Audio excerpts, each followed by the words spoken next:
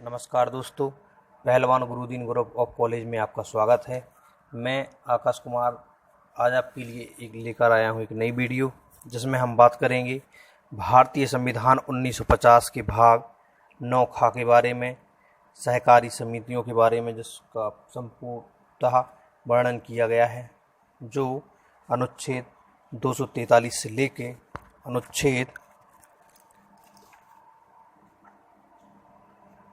अनुच्छेद 243 से लेके अनुच्छेद 243 या ना तक विस्तारपूर्वक वर्णन किया गया है। तो चलिए दोस्तों, आज की वीडियो स्टार्ट करते हैं। अनुच्छेद 243 या जा में परिभाषाएं दी गई हैं। अनुच्छेद 243 या जा कहता है अनुच्छेद 243 या जा कहता है परिभाषाओं के बारे में। इस भाग में जब तक संदर्भ से अन्यथा अपेक्षित हो।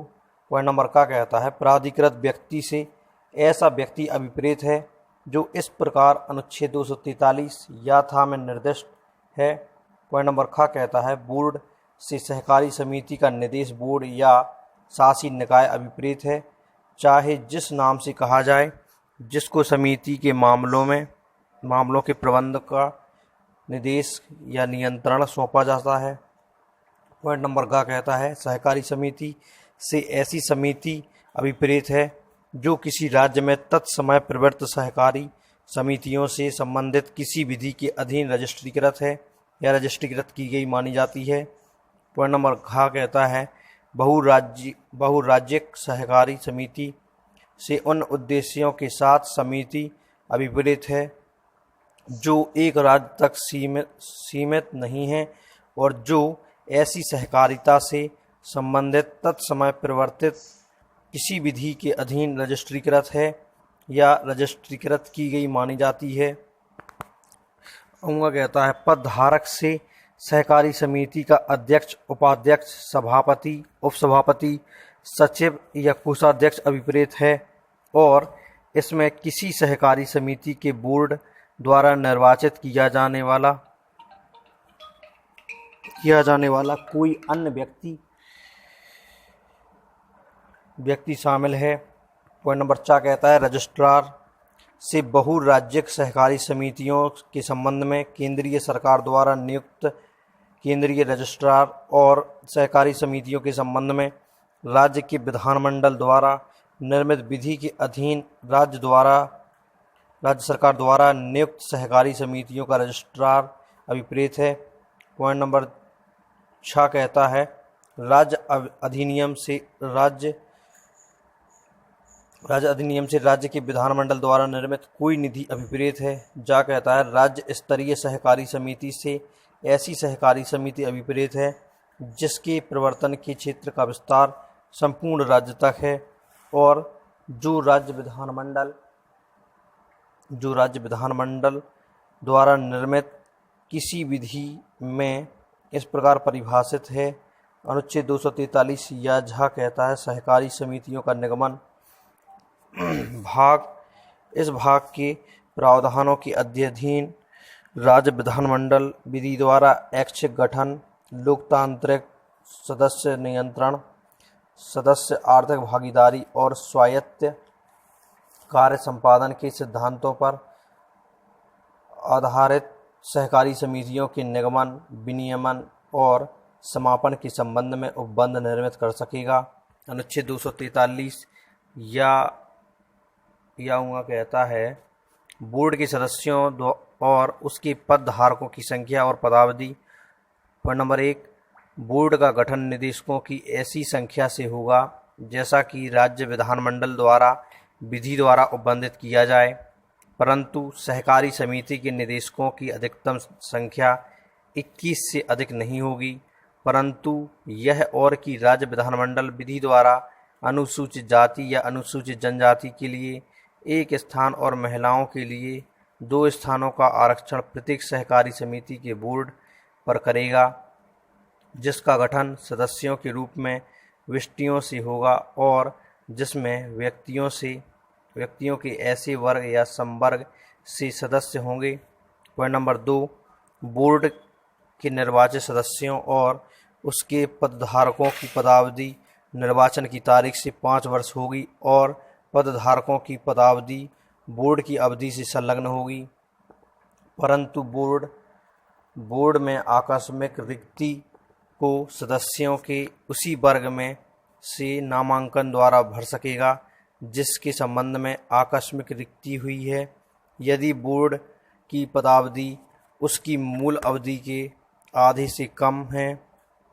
पॉइंट नंबर 3 कहता है राज्य विधानमंडल विधि द्वारा बोर्ड के सदस्य होने के लिए व्यक्तियों का जो बैंक कार्य, प्रबंधन, वित्त के क्षेत्र में अनुभव या सहकारी समिति द्वारा ग्रहण किए गए उद्देश्यों और क्रियाकलापों से संबंधित किसी अन्य क्षेत्र में विशेषज्ञता धारण करता है, सहयोजन ऐसी समिति के बोर्ड के सदस्य के रूप में करेगा। परंतु ऐसे सहयोजित सदस्यों की संख्या खंड 1 के प्रथम परंतुक में विनिर्दिष्ट 21 निदेशकों के अतिरिक्त 2 से अधिक नहीं होगी। परंतु यह और कि ऐसे सहयोजित सदस्यों को सहकारी समिति के किसी निर्वाचन में ऐसे सदस्य के रूप में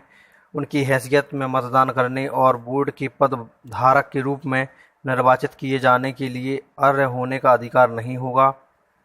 परंतु यह भी कि सहकारी समिति के कार्यकारी निदेशक भी बोर्ड के सदस्य होंगे और ऐसे सदस्य खंड 1 के प्रथम परंतुक में विनिर्दिष्ट निदेशकों की कुल संख्या की गणना के प्रयोजन के लिए अपवर्जित किए जाएंगे। अनुच्छेद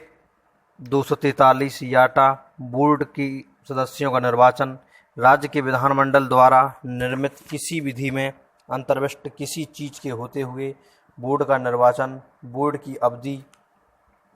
के अवसान के पूर्व किया जाएगा, जिससे यह सुनिश्चित किया जाएगा कि बोर्ड के नए ढंग से निर्वाचित सदस्य पदारोही बोर्ड के सदस्यों के पद के अवसान पर तत्काल पद ग्रहण करेंगे। पॉइंट नंबर 2 कहता है सहकारी समिति के सभी निर्वाचनों के लिए निर्वाचक नामावली की तैयारी का अधीक्षण, निर्देशन और नियंत्रण और संचालन ऐसे प्राधिकारी या निकाय में निहित होगा जैसा कि विधि द्वारा राज्य विधानमंडल द्वारा उपबंधित किया जाए। परंतु राज्य विधानमंडल विधि द्वारा ऐसे निर्वाचनों के संचालन के लिए प्रक्रिया और मार्ग निर्देश का उपबंध कर सकेगी। अनुच्छेद 243 याठा कहता है बोर्ड का दमन और निलंबन तथा अंतरिम प्रबंध। पॉइंट नंबर 1 तत्समय प्रवर्त किसी विधि में अंतर्विष्ट किसी बात के होते हुए किसी बोर्ड का 6 मास से अधिक की अवधि के लिए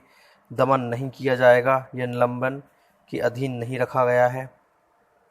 जाएगा, परंतु बोर्ड को दमन या निलंबन के अधीन रखा जा सकेगा। पॉइंट नंबर 1 कहता है उसके निरंतर व्यतिक्रम के मामले में या पॉइंट नंबर 2 उसके कर्तव्यों के निर्वहन में उपेक्षा के मामले में या पॉइंट नंबर 3 यदि बोर्ड ने सहकारी समिति या उसके सदस्यों के हित के प्रतिकूल कोई कार्य किया है या पॉइंट नंबर 4 बोर्ड के गठन या कृत्य में गत्यावरोध है या पॉइंट नंबर 5 प्राधिकारी या बोर्ड जैसा कि राज्य विधानमंडल द्वारा विधि द्वारा अनुच्छेद 243 याटा के खंड 2 के अधीन उपबंधित है। राज्य अधिनियम के प्रावधानों के अनुसार निर्वाचन संचालित करने के असफल रहा है, परंतु यह और कि किसी ऐसी सहकारी समिति के बोर्ड का दमन नहीं किया जाएगा या निलंबन के अधीन नहीं रखा जाएगा जहां सरकार द्वारा कोई सरकारी अंशधारण या ऋण या वित्तीय सहायता या कोई प्रत्याभूति नहीं है। परंतु यह भी बैंक कारोबार करने वाली सहकारी समिति के मामले में बैंक कार विनियमन अधिनियम 1949 का 10 के प्रावधान भी लागू होंगे। परंतु यह भी कि बैंक कार कारोबार करने वाली बहुराज्यिक सहकारी समिति के अतिरिक्त अन्य सहकारी समिति के मामलों में इस दंड के प्रावधानों का प्रभाव होगा। मानो शब्दों 6 मास के लिए शब्द 1 वर्ष प्रतिस्थापित किए गए हैं। पॉइंट नंबर 2 कहता है बोर्ड के दमन के मामले में ऐसी सहकारी समिति के मामलों का प्रबंध करने के लिए नियुक्त प्रशासक खंड 1 में विनिर्दिष्ट अवधि के भीतर निर्वाचनों के संचालन के लिए प्रबंध करेगा और निर्वाचित बोर्ड को प्रबंधन सौंपेगा। अनुच्छेद पॉइंट नंबर 3 कहता है राज्य विधानमंडल विधि द्वारा प्रशासक की